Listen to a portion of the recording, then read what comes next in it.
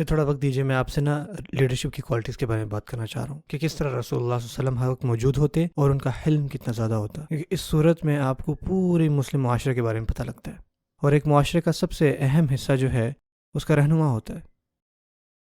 اب سب سے پہلے دیکھیں کہ جس طرح یہ لوگ آپ صلی اللہ علیہ وسلم سے ملنا چاہتے تھے، وہ بدو جن کو دین کے بارے میں نہیں پتہ تھا، ان کو نہیں پتہ تھا ایتھکس کا، سو جب وہ مدینہ آئے اور وہ بدو ہیں اور ان میں سے اکثر ابھی مسلمان بھی نہیں ہوئے، لیکن وہ آپ صلی اللہ علیہ وسلم سے بات کرنا چاہتے تھے، ان کو پتہ ہے کہ وہ آپ صلی اللہ علیہ وسلم کہاں رہتے ہیں، اور جیسے وہاں پہنچتے تھے تو ان کا انداز کچھ یوں ہوتا تھا کہ یا رسول اللہ علیہ وسلم باہر رہیے، ہمیں آپ سے بات کرنی ہے۔ آپ دیکھ رہے ہیں کہ کس طرح آپ صلی اللہ علیہ وسلم موجود ہوتے ہر وقت، جن سے آرام سے ملا جا سکے، ہر وقت موجود، ہر کسی سے ملنے کے لیے تیار تھے آپ صلی اللہ علیہ وسلم۔ ان کو ہمیشہ پتہ ہوتا کہ آپ صلی اللہ علیہ وسلم اس وقت کہاں ملیں گے، اب ہمیشہ ان سے کسی بھی وقت جا کے بات کر سکتے تھے۔ ایک رہنما کے اندر یہ کوالٹی بہت ضروری ہے، اس کا موجود ہونا ہر وقت۔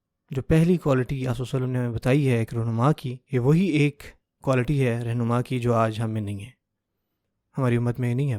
جو رہنما ہوتے ہیں وہ لوگوں کی خدمت کے لیے ہوتے ہیں، ہمارے یہاں الٹا ہے۔ آپ صلی اللہ علیہ وسلم نے فرمایا کہ خادم القوم سیدہم، رہنما وہ ہوتا ہے جو اپنے لوگوں کی خدمت کرتا ہے۔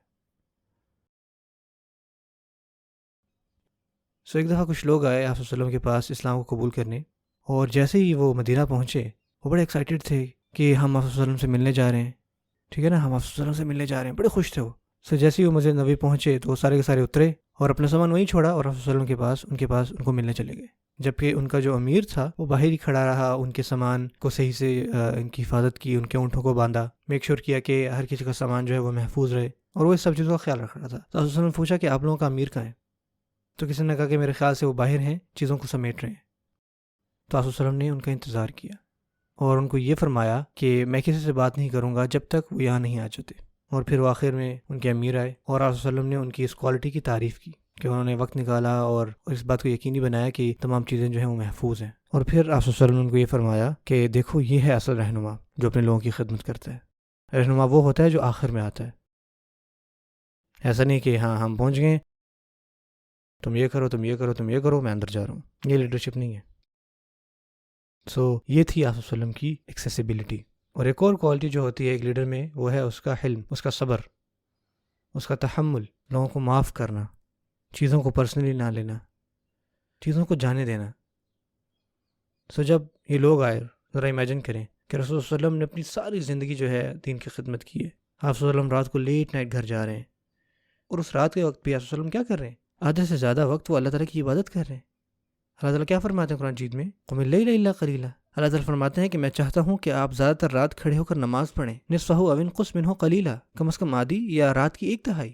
صلی اللہ علیہ وسلم اپنی آدھی رات یا اس کی ایک تہائی جو ہے وہ اللہ تعالیٰ کی عبادت میں گزار رہے ہیں، گھر پہ بھی اپنا جو پرسنل وقت ہے وہ بھی آپ صلی اللہ علیہ وسلم اللہ تعالیٰ کی عبادت میں گزار رہے ہیں۔ سبحان اللہ۔ تو ان کے لیے بہت تھوڑا وقت ہوتا تھا خود کے لیے بھی اور اپنے خاندان کے لیے، اور جب آپ صلی اللہ علیہ وسلم گھر ہوتے تمام دن لوگوں کی خدمت کرنے کے بعد اور لوگوں کو اسلام کی دعوت دینے کے بعد، اب وہ فائنلی گھر گئے ہیں، اور پھر وہی لوگ رات کو آتے اور کہتے کہ رسول اللہ صلی اللہ علیہ وسلم ہم نے آپ سے بات کرنی ہے، آپ باہر آئیں۔ تو پھر اللہ تعالیٰ نے یہ صورت نازل فرمائی، اور اس صورت میں یہ بات آئی کہ ایسا نہیں ہوگا، اور پھر لوگ ان کو آ کے سمجھاتے تھے کہ نہیں، رات کا وقت ہے، آپ اس وقت نہ آئیں، ایسا نہیں ہو سکتا، بلکہ اللہ تعالیٰ خود فرماتے ہیں قرآن مجید میں آپ صلی اللہ علیہ وسلم کو اس طرح سے نہ مخاطب کریں۔ حتیٰ کہ اس آیت میں پتہ ہے ہم کیا سیکھتے ہیں؟ آپ صلی اللہ علیہ وسلم نے اس بات کو کبھی بھی اس کا ذکر نہیں کیا۔ ایسا نہیں ہو کہ آپ صلی اللہ علیہ وسلم باہر آئے اور یہ کہا کہ کیا مسئلہ آپ لوگوں کے ساتھ، کیا میں تھوڑی دیر آرام بھی نہیں کر سکتا؟ آپ صلی اللہ علیہ وسلم نے کبھی ایسا نہیں کیا۔ وہ باہر آئے اور ان سے یہ کہا کہ جی بتائیے میں آپ کی کیا مدد کروں۔ یہ تھا آپ صلی اللہ علیہ وسلم کا رسپانس۔ دیکھیں ان میں کتنا تحمل ہے، کتنا وہ معاف کرنے والے ہیں۔ اللہ تعالیٰ نے یہ آیت نازل فرما دی، سبحان اللہ، جس میں یہ بتایا کہ آپ لوگ ایسا مت کریں، کہ یہ صحیح بات نہیں ہے، کہ آپ لوگ نہیں جانتے کہ رسول اللہ صلی اللہ علیہ وسلم کے ساتھ کیسا سلوک اپنانا ہے۔ یہ تھا رسول اللہ علیہ وسلم کا صبر، رسول اللہ علیہ وسلم کا موجود ہونا، اور یہ ہے لیڈرشپ کی کوالٹی جس سے ہم سیکھتے ہیں، اور ہمیں چاہیے کہ ہم اس چیز پر عمل کریں۔ جب میں اس لیڈرشپ کے بارے میں بات کر رہا ہوں نا، صرف اس وجہ سے نہیں کہ یہاں پہ آپ سننے والے یہ کہیں کہ ہاں یہ بات اچھی ہے، لیکن جب میں گھر واپس جاؤں گا، مسجد جاؤں گا، تو میں اپنے طریقے سے ان سے ڈیل کروں گا۔ ہم سب کے سب رہنما ہیں، لیڈرز ہیں، کس نہ کسی طریقے سے۔ مثال کے طور پہ ایک کلاس کا ٹیچر جو ہے وہاں پہ لیڈر ہے، ان کا جو بھی انچارج ہے نا وہ لیڈر ہے۔ جس چیز کے بھی آپ انچارج ہیں، جہاں مرضی ہیں آپ، یہ چیز آپ پر اپلائی ہوتی ہے۔ حتیٰ کہ گھر پہ بھی جو والد ہے وہ انچارج ہے، اپنے بچوں کے ساتھ پیار سے بات کریں، ان کے لیے موجود ہوں، ان کو معاف کریں، ان سے پیار سے بات کریں۔ اگر آپ بڑے بھائی ہیں یا آپ بڑی بہن ہیں تو آپ اپنے چھوٹے بہن بھائیوں پر انچارج ہیں، یہی چیز آپ پر بھی اپلائی ہوتی ہے۔ اگر آپ اپنے کام پر باس ہیں، یہ چیز آپ پہ بھی اپلائی ہوتی ہے۔